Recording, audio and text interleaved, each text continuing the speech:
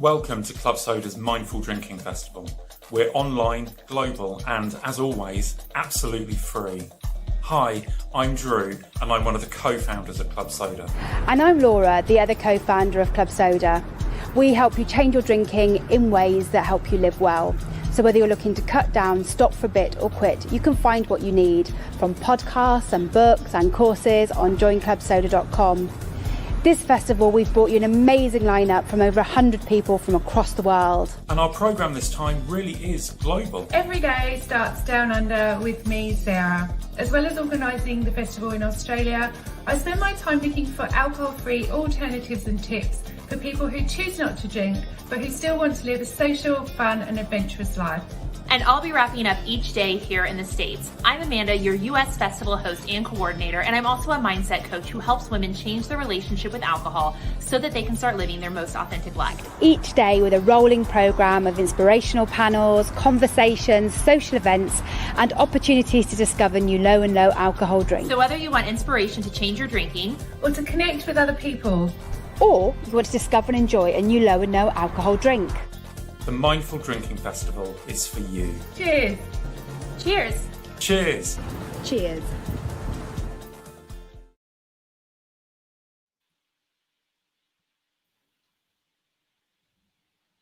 Good morning.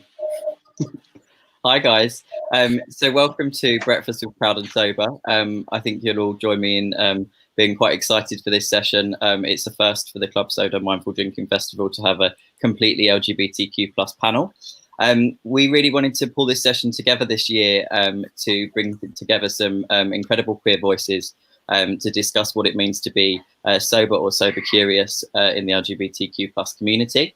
So I'm so pleased to welcome a group of incredible people. One in particular, all the way from Australia this morning, which is incredible. Thank you so much. So I will pass over to Cads first to give a little introduction. Who you are, what do you do, and why you're here today. Sure. So my name's Kate, and I head up the Sober, Not So Straight Up campaign that's being run by Meridian. Meridian used to be the AIDS Action Council of the ACT. It's a government-supported grant that's running for 2 years to help address risky drinking levels within the LGBTQ community. So what we've done is we've created a pop-up bar to basically challenge traditional drinking norms and to begin that conversation around whether or not, people are tired of drinking alcohol and what they do to change up their habits, basically. So whether they want to cut down, they want to quit entirely, we've got some areas to support them in. And that's us in a nutshell, basically. Brilliant, thank you. You're welcome. Lee, we'll cross over to you. I'm going to sound like Cilla Black, but what's your name? Where'd you come from? What do you do? Hello, my name's Lee, and I'm sorry if I look like I'm in a bit of a bunker at the moment, but I'm in the corner of my mother's lounge, and it's cloudy outside and it's raining. So yeah, I just look a bit dark. Sorry about that. Hiya. Anyway, my name's Lee, and I am sober, and I run an account on Instagram called The Gay Sober. Been sober for just over 2 years, and been on that account for about a year, I think. That's it for now, Scott. Cool, thank you. And then we'll cut over to Sarah and Jerrell from Drop Bear Beer. How are you guys? Hiya, yeah, not too bad. I'll give a quick intro. So I'm joined with Sarah. We're business partners and also fiancés. Just so you know. So we're founders of Wales's first alcohol-free craft beer company, but also the world's first LGBT QIA plus founded alcohol-free beer company. So we're really proud to represent. So we just make really accessible and exciting alcohol-free beers, really. That's about it. It doesn't sound like much, but it is. It's a hell of a lot. There's definitely something celebrated. And then Danny, we'll cut over to you. How are you, my love? I'm fine, darling. How are you? I'm not bad. Okay, hi, my name's Danny St. James. I am the co-founder of Not a Phase, which is currently a non-profit with charity registration pending, which is a long old process. And it's an organisation set up to help trans life in the UK, supporting trans adults get into mainstream work, as well as trans-owned businesses develop. And then I've been sober for 7 months, and I never really thought that I was going to be a sober voice, but I've been involved in quite a lot of great projects that show people that there's another option. So yeah, thank you. Yes, so I think on that we'll stay on that thread and around that subject of there not being another option, and I suppose we'll dive in with what you guys think of the relationship with alcohol in the LGBTQ plus community, and maybe why the statistics say that the LGBTQ plus people are more susceptible to misusing alcohol and drugs, but we'll obviously focus specifically on alcohol here. So why do you guys think that is? Do you think there's a specific reason? I mean, Cads, I can imagine you maybe have some more insight from where you are, have been working quite closely to this. Yeah, look, I mean, a lot of the research tells us that one of the prime indicators of why we drink the way that we do is minority stress. And when you look at that, it's not just the stress of the individual as well, it's the stress of the community that we hold within our histories as well. So when you look at things that, you know, within lived history, you know, it's been illegal. So many different things have been mandated against, like especially here in our country as well. When the entire country gets to vote on whether or not your love is valid and you're allowed to get married, that's a key factor in, you know, some really trauma inspiring reactions in people. And so one of the first things that we do is we drink, and we drink heavily. And because we're good at things, but it is that sort of alcohol is our first option, and for us as well as a cohort of communities, it's often been our initial safe space as well. When you look at our history, pubs and clubs have always been the place that we go to express who we are, and to feel safe and to have a bunch of like-minded people drinking or drugging with us. So it's one of those things that it's a community-based usage problem without any real sorts of social supports underneath it to give you a secondary option as a go-to. So, you know, rather than alcohol being the first sort of option, you need to sort of take the stigma away around who we are first before you can talk to people and actually address it in a simple matter of what's going on in your life. And I think that's the biggest key is having people who are non-judgmental and open to talking about what your specific problems are and understanding that from a lived experience as well. Yeah, definitely. And Lee, what about you? What are your thoughts? Yeah, just to pick up on something you just said, I think that's really important, is that for me, the only place growing up, so as a teenager and then onwards, the only place I could really meet gay people were places which served alcohol. So it would only be clubs or pubs. So that was also a part of my growing up, but it was also, I needed that alcohol to feel brave and to feel secure in that space, because I was terrified, like actually terrified. And I've also, and I mean that in gay spaces as well, you know, I didn't know what the hell was going on.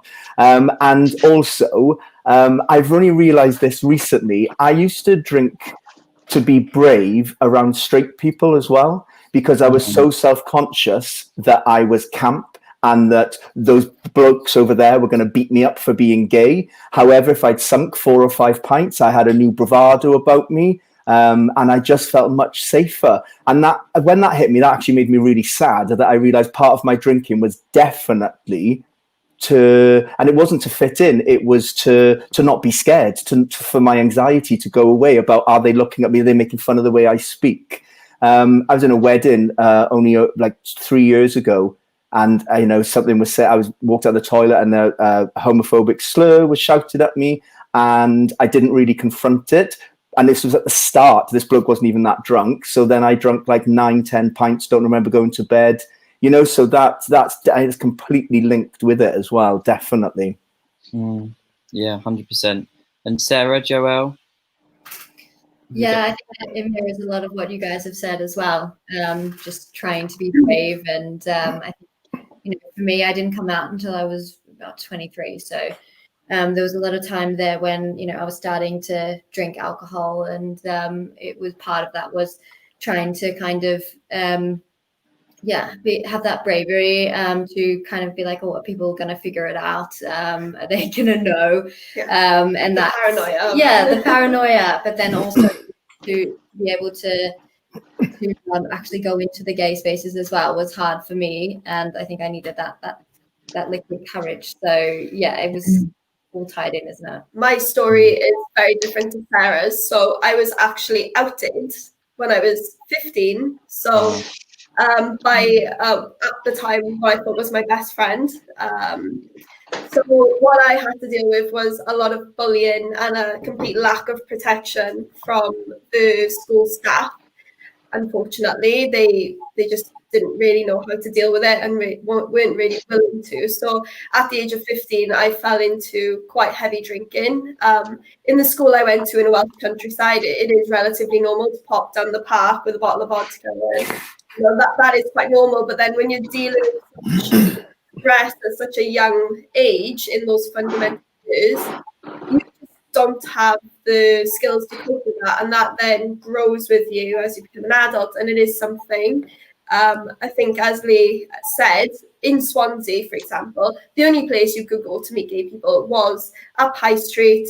There were 2 gay bars, and that was the gay community. So, it is very isolating. So I feel like you already have this drink problem, and then you kind of don't want to really let go of the alcohol. Do that, isolating yourself from the community further. So yeah, that's my thoughts anyway. Yeah, thank you. And Danny? Yeah, I mean, I'm probably just going to echo what most people have said. I actually used to run the Shadow Lounge in London, which was a really big nightclub that a lot of people had stories about as being their first place where they met other gay people. And the first time they came to London, it was the first place that they went to because it was a really historic venue. And I think that as time shows, gay culture and queer culture has always been driven underground, and quite often literally with underground. Yeah, well, yeah, with Shadow Lounge, it was basically. And next door to Shadow Lounge was the Village, which was the first gay venue in the UK that ever unblocked its windows, because it used to be blocked out windows so people couldn't see in. And that kind of culture does breed heavy drug use, heavy alcohol use, sheerly as escapism from what's behind the blocked out windows, which is traditionally hatred. So that kind of party culture definitely seeped into gay life more so than straight life, for sure. And then on a trans perspective, it was for me, alcohol use and drug use was escapism, whether that be from the hardship of day-to-day life or trauma that came with being trans. It was always it was always a 3 beer queer for me. It was just get them down and get them out. Yeah. I've not heard that before. I think I need to write that down.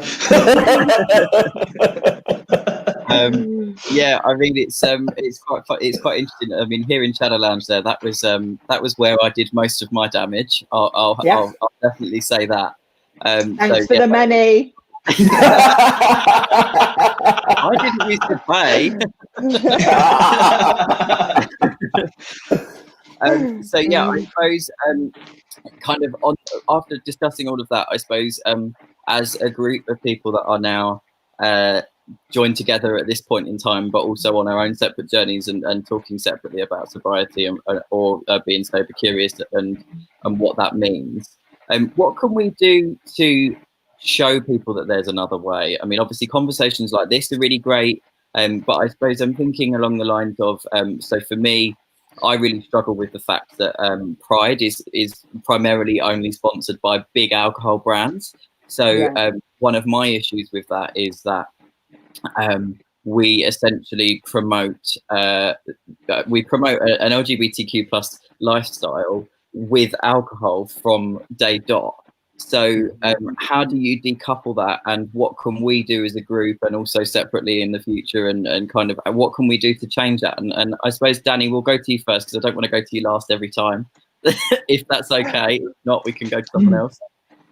Sure, yeah. I mean, the message of Pride has long been forgotten, I think, within our community anyway. Pride started as a protest, and now it is one big piss-up party in the street. So I mean, on a realist point of view, I think that I think alcohol and pride is always going to have an association. I don't think we're ever going to be able to separate the two. But by providing that message that there are other ways to celebrate pride, and it's mainly about getting out in the street and showing that we're visible, you know.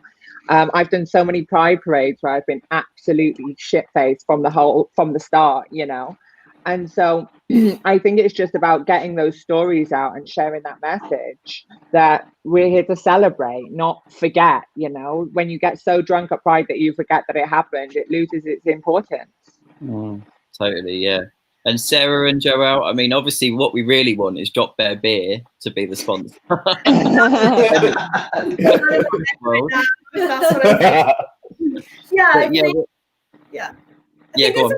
Things really, like, I think the historical part of it really is important, and we should work hard to maybe tie that in. Swansea Pride, when I was 16, was very much, they had a fair, they had stages, it was a massive piss up. Now it is more of a LGBT community family celebration. So you go there, there's children, there's families of all shapes, sizes, colours. It's absolutely amazing, and it's full of history. Don't get me wrong, there is drinking, but it's not to the scale that it was a few years ago. So maybe seeing that in some of the larger prides across the UK would be good. But also maybe something like Drop Bear and other alcohol-free brands. Obviously, we're not the only one, but maybe brands like us taking more of a responsibility and having a presence at these events, so that people who are there that don't want to drink can still, you know, party, but feel comfortable, remember what they're doing, and feel safe, basically. Yeah, I mean, it's funny, 'cause I went to Pride, obviously not this year, but last year, and it was sponsored by a big beer brand. And the only options for drinks at the Trafalgar Square stage were this particular beer or full fat Coke, and that was it. And I was like, so am I either going to end up with diabetes or be really drunk by the end of this? Like, so yeah. Lee, what are your thoughts? Well, definitely don't have the answer to it, but I think what we need, because what I always think about is, like, say I was younger now and I wasn't drinking, where do you go if you're gay? Where's a safe space you can go to and be sober? Where it doesn't exist, does it? Whereas if you're straight and you're young and you've decided to be sober, there are places you can go and you can feel safe in yourself. But that's not true for us at the moment. And I don't have the answer to it. In my dream, I have, like, you know, these cafes or whatever, which are only gay, but then that has it comes with a load of other problems, doesn't it? Do you know what I mean? And so I don't know the answer, but I think it is something that needs to be addressed. But I don't know what it is, you know, but it's about having a safe space to go and be able to be sober. I was listening to a podcast actually called Homo Sapiens, and if you don't listen to it, it's really, really good. And Sadiq Khan was being interviewed by Chris Sweeney, who hosts it, and he was saying that they've set up like a community outreach project to essentially support like nightlife. But one of the questions that Chris actually asked him was how, and obviously this is London centric, so it's kind of how do we get this to be countrywide? But he was kind of saying that Sadiq was saying that they've essentially started to put funding into creating spaces exactly like you just described, Lee, where they will actually be places like coffee shops and queer shops and stuff, so that people can actually just go and meet their friends and not feel pressure to have a drink and it be like that. And Cads, in Australia, is it the same? Yeah, so Pride is you know, your major sort of piss up, and again, you know, our marriage equality debate was sponsored by Smirnoff, so it was one of those. Yes, that was really heartening to see that they really like to make money off a traumatic event for us. However, we ran sober at our fair day here, which is our Pride here in Canberra, and we actually had 10% of participants come through to drink at the non-alcoholic bar. So it shows that it actually really can be done, creating those sober spaces in Pride. But I think the onus is actually up to us to drive it, though, because we are sober and we want a safe space to drink in as as sober as we are, or as mindfully moderate as we are, to make that ask on festival producers to provide that space for us, because if you ask for it, you sort of get it. Someone recently did some research here around non-alcoholic beverages just in our pubs and clubs, and 10 out of 10 pubs and clubs said that they'd provide it if more people asked for it, and 10 out of 10 people said that they would ask for it if it was provided. So it's one of those things where it's actually on us to drive it.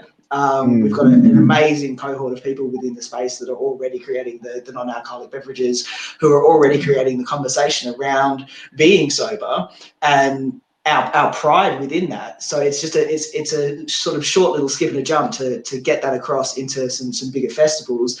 And once you do get it into a bigger festival, people actually see that it works, then there's probably no stopping it, and you can create those spaces and really use our voices loudly to ask for that funding, because we need it, because we're a vulnerable cohort and we don't have these spaces, and to provide it for the youth that are coming through, so that we don't pass off, another generation of trauma as if it's culture, and to really get that change up happening. I think it's up to us to drive it.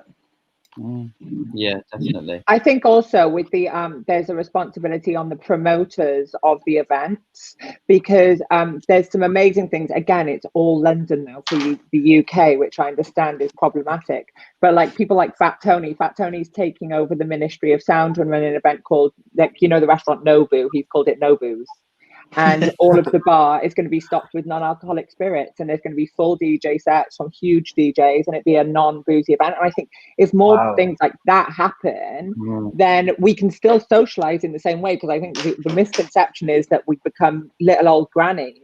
But it's not, in terms of the community events, that's something that we're doing with Not a Phase. We've got in production is setting up a venue in Camden where people can go and do actual like community projects where people can meet other LGBT people, and we have different events on and speakers. So there are people trying to make a change. It just needs to happen on a bigger scale, I think, and nationwide, not just here in London.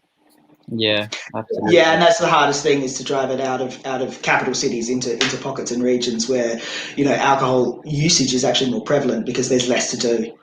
It's like Sarah brought up Swansea. I'm from Swansea as well, Sarah, and saying that there was only 2 gay bars, wasn't there? But weirdly, we were lucky. Do you know what I mean? Because beyond Swansea, good God, nothing. You then have to travel to Cardiff, and then you'd have to travel to London. God, like that. Nothing. Yeah. I'm from Barry. There's nothing there. You've got a fair. You've got a lovely fair. In case anyone listening to this wonders, I somehow seem to have managed to ended up with a majority Welsh panel, which I'm obviously excited about. Even Welsh by heritage, you really lucked out there. My family comes from Abergavenny. We've definitely got the Welsh demographic covered in this panel. Make the change. I like to cater for the minority. It's like all 4 queers are out of the village.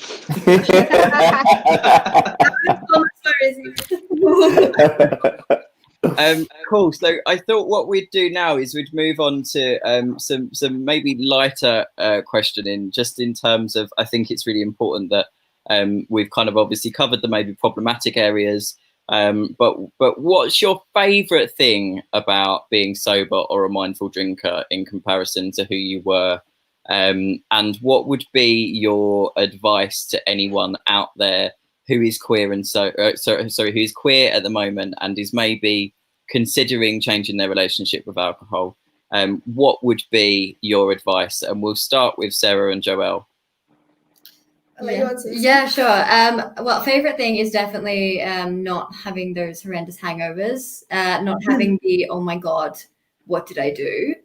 kind of moments, and had plenty of them. And also, I guess, just being happy with who I am now and not needing that extra assistance from the alcohol to be that person. So that's definitely what it is for me. I think without the crutch, I'll call it a crutch of alcohol as well, it does kind of push you to deal a little bit better with what the core issue is, which can be difficult at the start, but the reward of that is just, it's insane. Love that. Cats? Yeah, the courage to be myself and the clarity around who I am, and that went hand in hand with the courage to move to a third world country for love, and allow my gorgeous wife to change my life. And once that happened, being honest about who I was, that I'm transmasculine, non-binary, changing my pronouns and getting it out there, and the strength that comes from that, and being my authentic self every day and allowing myself to be vulnerable and to be seen as who I really am, not just, this boozy front of what I used to be. That's without a doubt the most fulfilling thing ever. Amazing. Danny? I'd say the biggest noticeable difference is I gained an extra day a week. Weekends are 2 whole days. Oh my goodness. Yeah, because for me it was like because especially towards the last 2 years where I was using, I would have so much anxiety about what I would do when I would drink, because I was just like a tornado in the nightclubs in London. I caused so much trouble. So I'd be so nervous about that would take up my time just being anxious about it. And then it would be the following day, not remembering it, being like, oh God, what have I done? So I gained all of this time and that was the biggest noticeable difference. I was like, where did all of this time come from? Which at the beginning felt quite boring, but then lockdown happened and then I had all of the free time. So it just didn't make a bloody difference, to be honest. What was the second part of the question? Sorry. I think you covered it. It was the positive. Oh, the advice. Yes. The advice for somebody who'd be looking to do it. I don't know. I think actually just talking about it. I was really quiet at the beginning of being sober, and clean and sober is one for me, is especially and just talk more about it. The more I spoke about it, the more people I found out were around me that either were going sober, were trying to get sober, or wanted to try and get sober. And then all of a sudden I realized that loads of my friends are also in the same position that I was. So just actually talk and don't just try and internalize it. Also, maybe an AA meeting or an NA meeting. I found great support in NA meetings that I attend weekly, Yeah. Brilliant. Lee? What I'm really happy about, and I don't miss, is that self-induced anxiety, Danny, that you were just speaking about. The next day waking up literally like, oh my God, what have I done? What have I said? Who have I hurt? What nonsense have I done? I'd have to sort of get my bank balance up to see where I went that night, because I'd have lots of blackouts, and I just. Yeah, it's just that what I love about being sober is that, oh God, and it sounds so wanky, but I just got to know myself better, basically. That first year, the first start of being sober was about learning how not to drink. And then it turned into learning about why I drank. And from learning why I drank, I have learned so much about myself that I just didn't know. So that's been really fascinating for me. And I'm only at the start, really. Do you know what I mean? I speak to people who are sort of 10, 12 years sober, and they're like, oh my God, it gets better and it gets better and it gets better.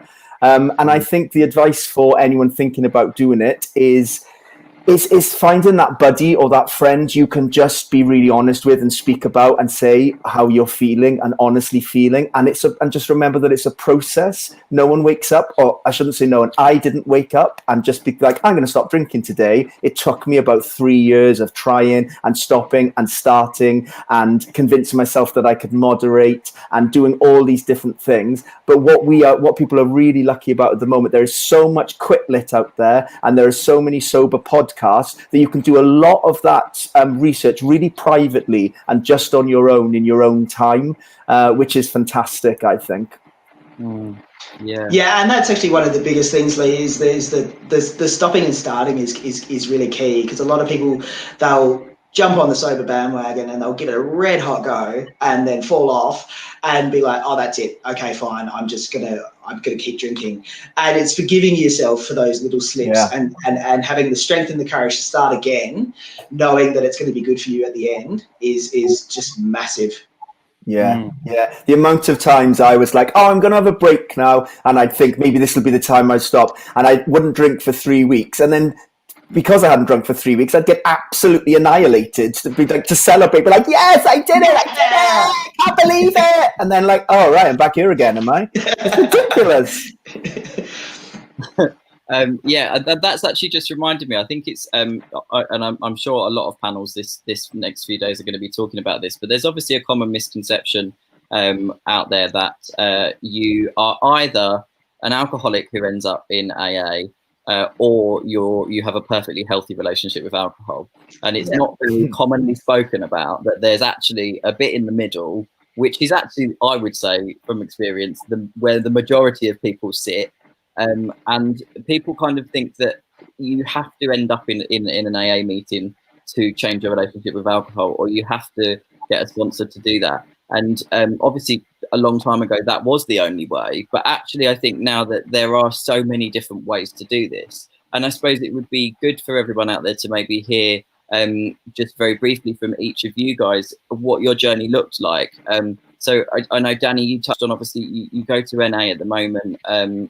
In terms of drinking, do you follow AA still, or? Well, NA also encompasses alcohol. It's one of the first lessons you learn of the program is that you don't disassociate alcohol as a drug and a drug that you become dependent on over time. And by associating all drugs as the same thing, alcohol is just a legal one. It's a legal drug. You're able. I was able to really quickly go like, oh, if this was any other drug, if this was, I don't know, heroin. I wasn't on heroin, but if this was heroin and I said, every time I take heroin, I lose my friends and I become a nightmare and I ruin people's nights and I'm horrible, so I'm going to stop taking heroin, everyone would get behind you and be like, yeah, no more heroin. You say it with alcohol and then people are so tied in with it. It's like, what? So I had to really kind of unpack that association with alcohol that I had from the beginning, that it was there for good times and bad times, as, oh, it's just a drug that I became dependent on. The NA program made me learn so much about alcohol use as well as drug use, because for me, alcohol led to drugs. It was never just drugs. It was always alcohol was the gateway. And it was kind of like the train that I got on that took me to drugs, you know? So that was the biggest lesson for me at the beginning, is to remove the disassociation that alcohol is a drug. Yeah, nice. Very true. It's so true, isn't it, though? I've seen so many people like hammered go, I'd never do drugs, bloody druggies. And I'm like, you're absolutely hammered on a drug, just to let you know. Yeah. It's what people take to escape, like people will drink at the end of a hard day, but look down their nose at someone who smokes a spliff at the end of a hard day. It's the same thing. So associating the two all as one really helped me within the NA program. I know NA is not for everyone, and I had imposter syndrome at the beginning of my journey with NA, because I was like, oh my goodness, I'm not somebody who was like had a crack pipe with my cornflakes, that's not me. It was always just like party drugs that came with alcohol use. But then realizing that in terms of having a problem with drink, how bad does it have to get before you'll actually acknowledge it as a problem? If you have a problem that's minor and you've had the conviction to identify it before it gets to the point where it's, drinking Baileys on cornflakes, as they say, then great, because that's where it would have gone, So it's identifying it early enough that you go, hey, I've got a problem with this drug, I need to stop. Yeah, I think for me it was partly that like the cultural association with drinking growing up in Australia, is quite strong, as I think you guys probably know. So yeah, it was that, you don't have to drink at every occasion. You don't have to, just tie it in with everything. And you don't have to be like not fun if you're not drinking. I think when I started like dabbling in not drinking, it was people would always ask the question, "Oh, what's wrong?" Yeah, they thought you were an alcoholic. Yeah, basically. they think you're an alcoholic, or if you say something like, "Oh, it's just for my health," or I'm on medication, then it's okay.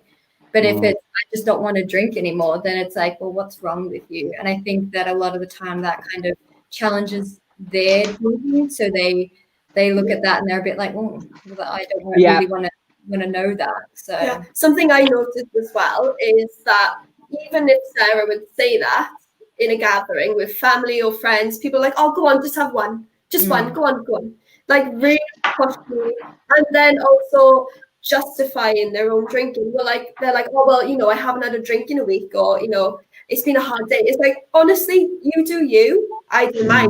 It's your business. But if we are choosing not to drink, please just let us do it without pushing a drink on us, basically. I think that sobriety is a mirror. That's why I always say sobriety is a mirror, and you say I'm sober and it holds a mirror up to somebody, and the first thing that comes out of people's mouths is well I don't drink that much, or oh, I think I should stop, because the first thing they do is see that you've identified it, there's this mirror up, and they go like, ooh, and people hate it. Oh, they hate it.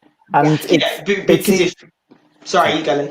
I just say it's easy to forgive as well for me as well, because I recognize myself, my old self, in that so much. Do you know what I mean? If someone would say they're not drinking, I'd be like, oh my God, move to the other end of the table. They're a nightmare. Do you know what I mean? I did not want to be near sober people, because I was like, I knew back there that's what I wanted to be as well. I'm sure we've all been through it when you have there's people who are like, they interested in actually how you got sober, and there's people who are just completely like couldn't make you feel more awkward about it in a way, and those are the people I always think, yeah, I get you, because I've been you. Do you know what I mean? I'll see you in a meeting in a few years.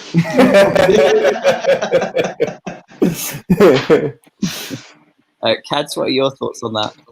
Yeah, look, I'm probably just going to echo everybody else. I think that when you do say that you're sober, or even if you're not drinking that night, because I will admit I still do have a drink on occasion. I was, spent too many years learning how to become a sommelier to not. But the second that you do say that you're not drinking or that you are sober, the first thing that runs through somebody else's head is, why am I not then?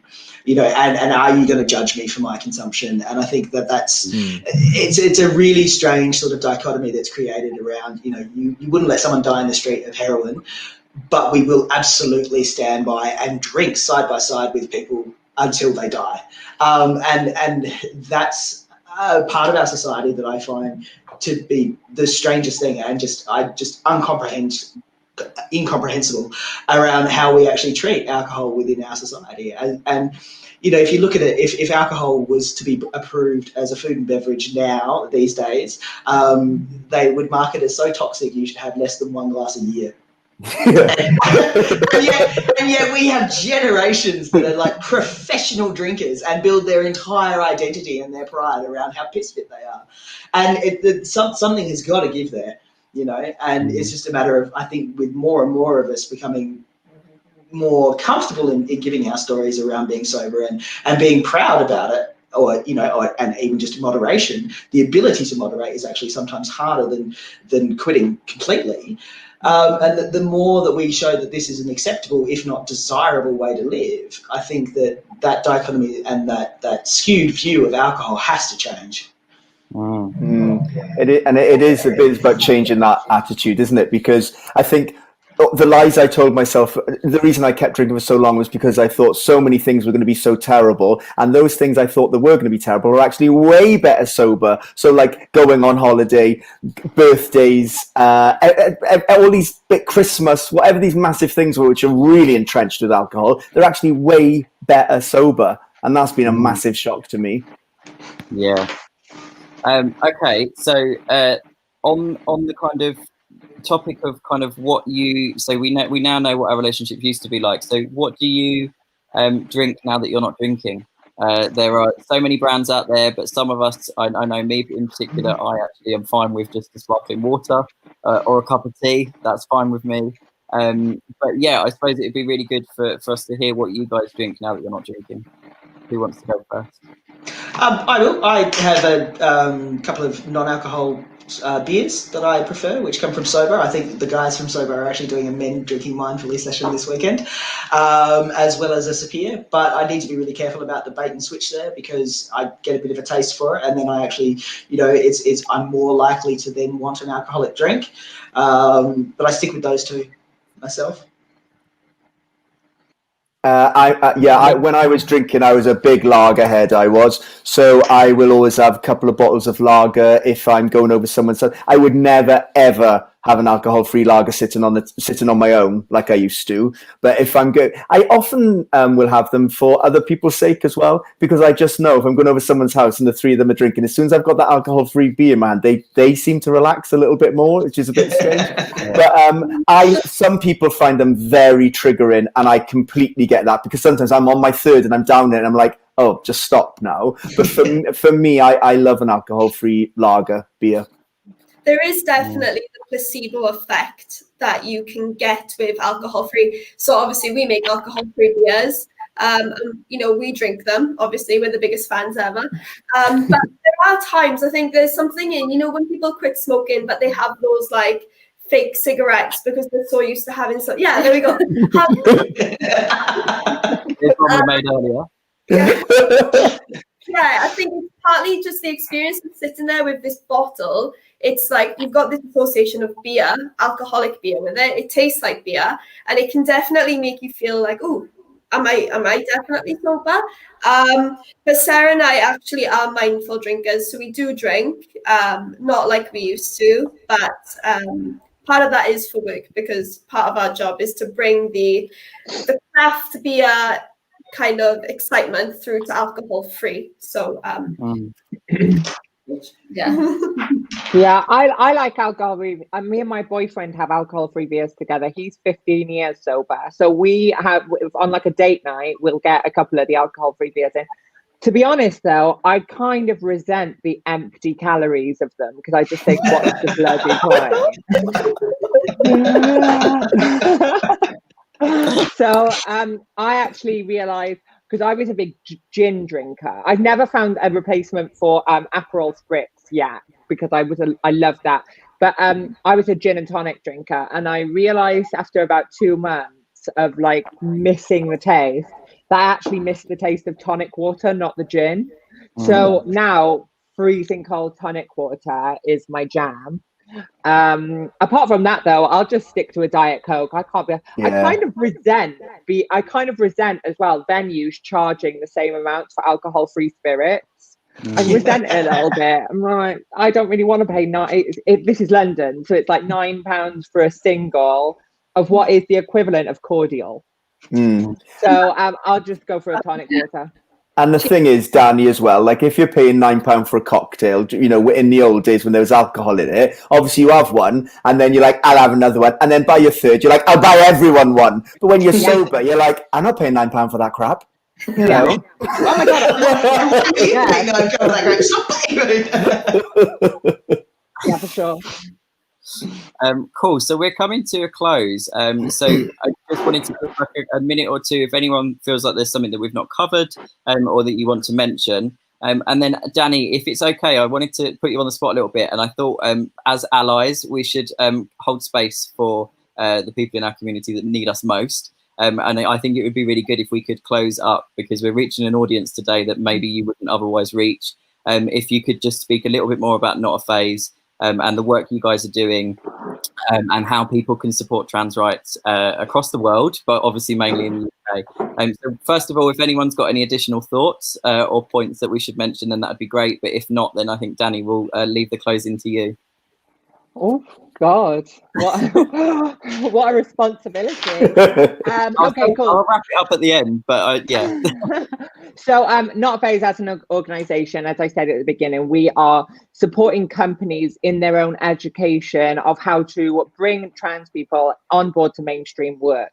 Through the most recent study in the UK, it was found out that up 70% of trans women either are or have been in sex work, which is astronomical figures in comparison to cisgender people. This is solely through marginalisation, and a lot of them don't want to be in sex work. They would choose another career, and they are mentally equipped to do so. However, they're marginalised into not being able to get that mainstream work.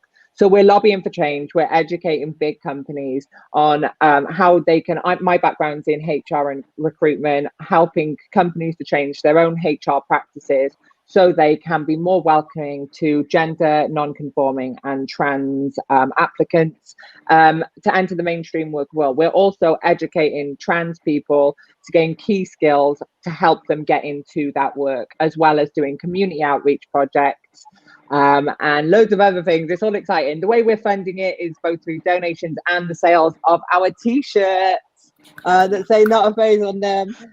This is one of the limited edition ones. We're collaborating with queer designers all over the world and doing limited edition tees, as well as our originals, which we've sold nearly 1,000 of now. Wow. And they are all over the world. I sent some to Japan yesterday, which I was like, amazing.